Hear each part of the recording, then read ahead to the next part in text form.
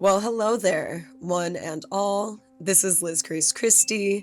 Thank you for tuning into my channel, Galactic Mythology, a place where we explore the esoteric and how it interweaves with the everyday. In this podcast, the Weekend Goddess Report, we specifically look to the goddess asteroids used in astrology to divine the forecast for the weekend ahead from Friday to Monday. Friday is traditionally Freya's day, also known as Venus's day, and Monday is the moon's day, so that we cover the female to female bookends of the week, Friday through Monday. Thank you again for tuning in to the Weekend Goddess Report, and this weekend we will be exploring May 30th through June 2nd.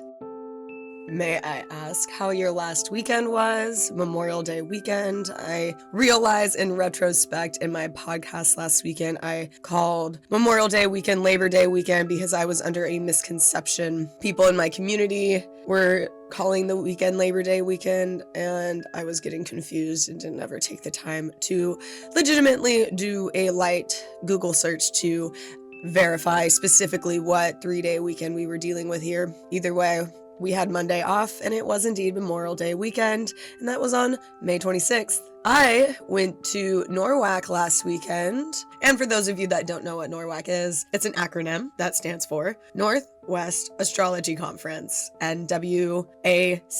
It's held annually. This last one was the 41st annual conference. It was held in Seattle, Washington, a convenient 3-hour drive away from where I am in Portland, Oregon. I feel blessed to have one of the longest running astrology conferences in my backyard, basically. Carrying on. NORWAC. Last weekend, I was there May 23rd through May 25th, and it was a hoot and a holler. And I don't know if you can tell, but my voice is a little hoarse. And what I find interesting about that fact is that we just had that Gemini new moon, and the last time I lost my voice was back in December around the Gemini full moon. So something about Gemini lunations and me losing my voice, which is fitting considering that Gemini has to do with communicating. I certainly was doing a lot of talking at NORWAC. I met a lot of really awesome astrologers from so many generations, some my age, some elder, and some younger. It was really inspiring. I got some really good information on Ophiuchus that I was not expecting. There was actually one talk outright about Ophiuchus that was given by Sam Reynolds at the end. And Gemini Brett indirectly did discuss Ophiuchus in his lecture on the tropical house system and how it is calculated on an ancient and esoteric perspective. His talk gave me some really good nerdles of truth to add to my video that I'm going to drop on Ophiuchus. Seriously, I'm so grateful I went to NORWAC last weekend. It gave me so much information on specifically that topic, and I was not expecting that. We'll continue into this weekend for my 31st Weekend Goddess Report for May 30th, 2025 through June 2nd, 2025. We're starting the weekend off with the moon in Cancer at 22 degrees of the sign. This moon in Cancer is making a square to Venus in the sign of Aries at 23 degrees. And as she progresses through the sign of Cancer throughout the weekend and moves into the sign of Leo, I think she moves into the sign of Leo by the next day.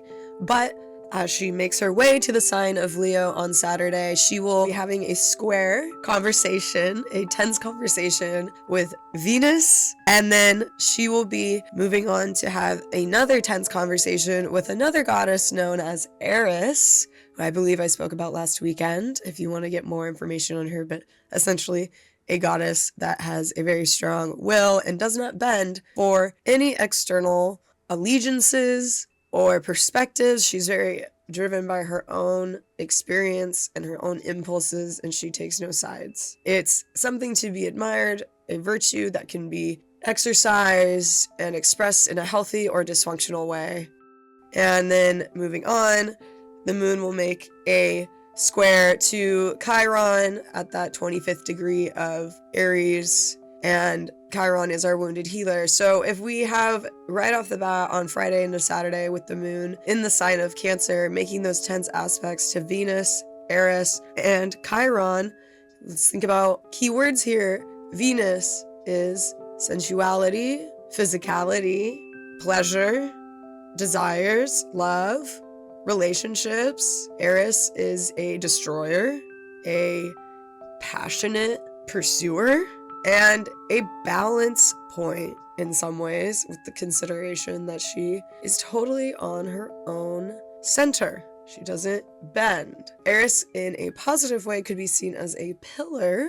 And then we have Chiron, wounds, ancestors. In the sign of Aries, what's right for me? Aries has to do with like what is right for us, like on our own personal level for our best evolutionary path. And it might even sound conceited, but it's 100% what you need. You need to have an ego here. If the seed didn't have a urge, a inkling to be seen in the light, an ego, the seed would never sprout, and then we would never have agriculture. So there's a necessary need for ego and impulse. And with that moon, our emotions, our feelings, the subconscious things that are not really always visible, but also linked to ancestors, it's saying like, what is right for me to feel, and like what is explosive? Tension is so hot this weekend, like emotional tension and emotional exploration as well.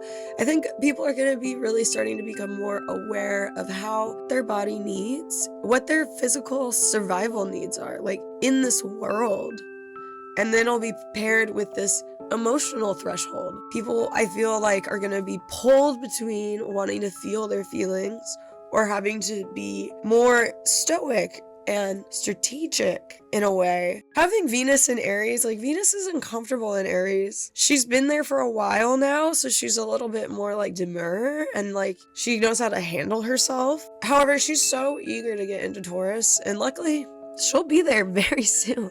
She'll be in Taurus around the first week of June 2025, and that's gonna be like a very Venusian, like expressive, emotional feeling, feminine, receptive time. Right now, with this square with the moon in Aries to Venus, Eris, the goddess of discord, Chiron, the wounded healer, and then Lady Venus, we are gonna be having like kind of the final throes of being able to project with authority over what's gonna happen once Jupiter gets into Cancer. And this is at least my theory. Once Jupiter goes into Cancer, we're gonna be like in a pre-summer experience. We may even experience some premature blossomings, some gardens actually coming to bloom sooner than the summer solstice. So only time will tell what the future holds and what sort of false blooms will be in store for us, whether it be literal in our gardens or metaphorically or psychologically or within our relationships. Who knows? Jupiter is going to go into Cancer around June 6th or 7th, and with Cancer being in the northern hemisphere, that place in the zodiac that's associated with the summer solstice, right? The longest day of the year. It's the time of the year where all the fruits and vegetables and flowers and the growth is just like at its full growth.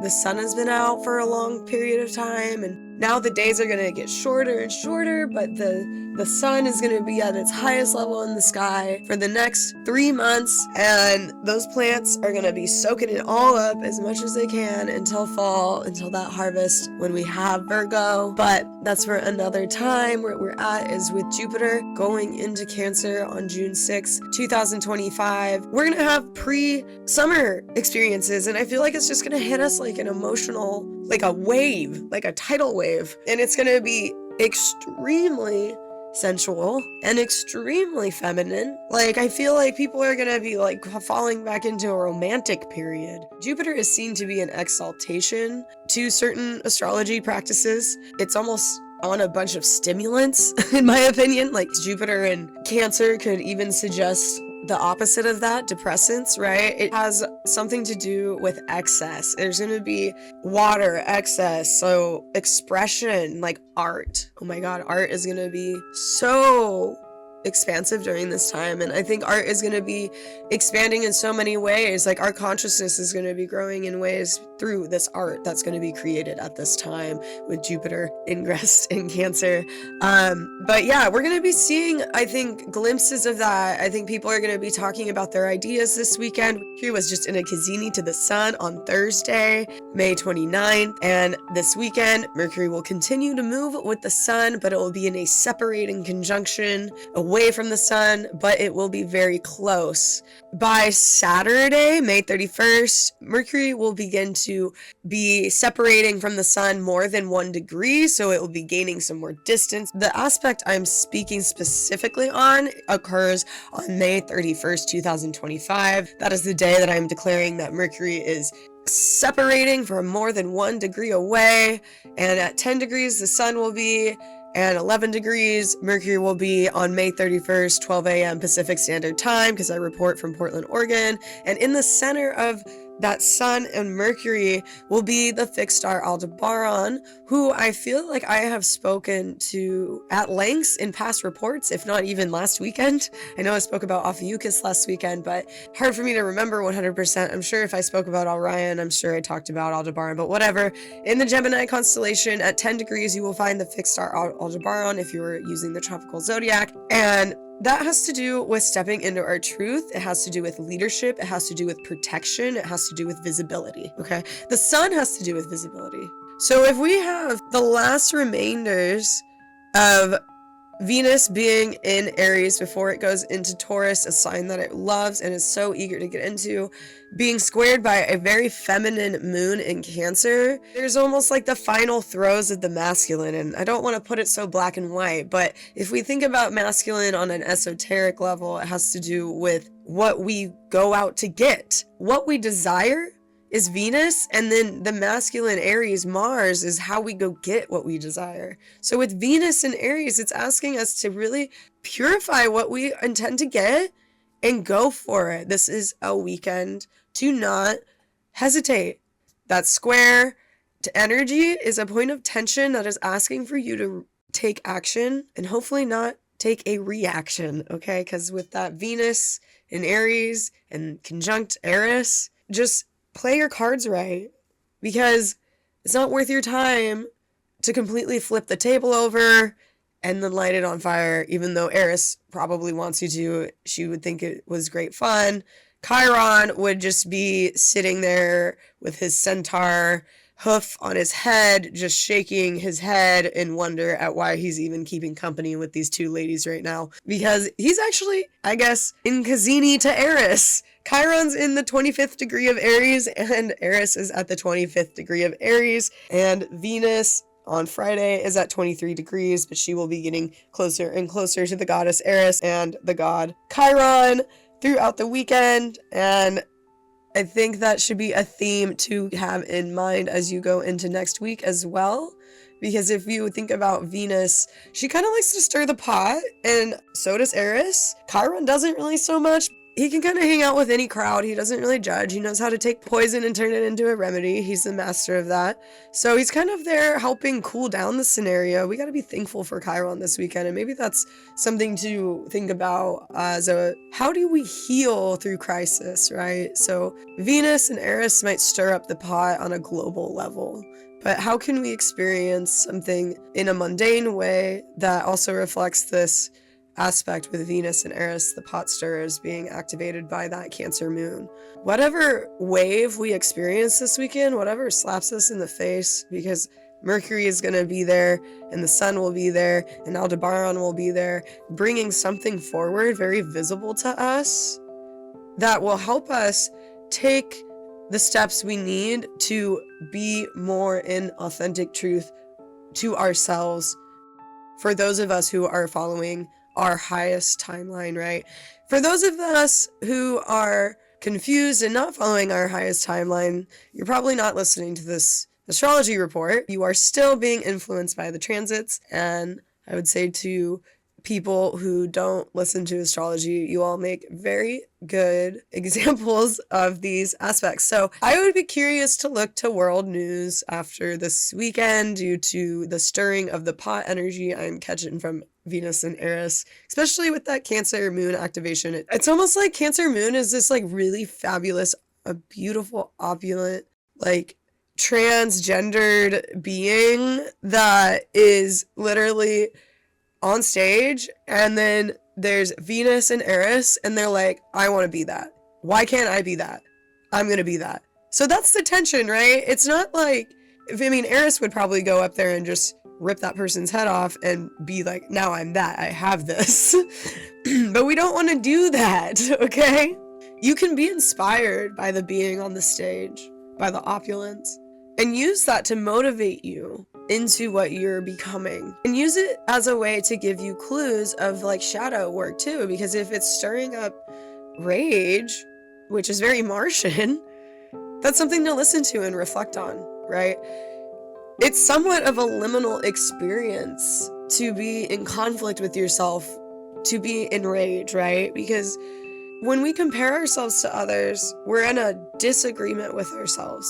So it's like we're fracturing a part of ourselves and ignoring parts of ourselves that are actually there and willing to be nurtured. And I want to talk about things that are invisible and unknown to us, or unseen, being seen this weekend, because Hecate, that brat pack I've talked about in past episodes with the goddesses in the sign of Scorpio, we literally have 4 goddesses there, Hecate, Vesta, Black Moon Lilith, and Juno in the sign of Scorpio, and they've been there for at least a month now, and they're all traveling backwards, which is really quaint. They're all retrograde. Soon Hecate will move into Libra, but before she does that, she's at the 1st degree of the sign of Scorpio, and she is making a really interesting inconjunct to the planet Neptune at the 1st degree of Aries, and the planet Saturn at that 0 degree point of Aries. Saturn moved into Aries last weekend, and it is immediately getting greeted by the guardian of the threshold, Miss Hecate, but she's in an inconjunct aspect, so that is saying that she's still invisible, she's liminal. We are facing liminal pieces of ourselves that we forgot this weekend. Things will be coming through the surface. It's a really great time to go be by a river with all that water. Hecate in Scorpio, the moon in Cancer when we start the weekend. Let's not forget that that North Node is in Pisces. We also have Jupiter at the 27th degree when we start the weekend on Friday, and then he'll be moving 1 degree to 28, but he'll be in a opposition to the galactic center in Sagittarius, which is a black hole that our Milky Way galaxy swirls around, and has to do with the future and the past. The balance of male and female. It is divine wisdom on a very high octave, and it is so much divine love. It's a force of gravity, which is something that permeates every single living being on Earth and in the universe, which is wild to think about. Gravity to me is love. It's how I think of it. It's a permeating force, and physics doesn't even know how to quantify or define gravity. It just is a principle that we can observe. We don't know how it is created, but we can observe it, and we can see how it affects things, which is super cool. But I want to go back to, the fact that we are in a air sign season. So this air sign season is going to get pretty much drowned out by this water energy, because we're going to have Jupiter ingress into Cancer. It's basically just going to steal the whole show here.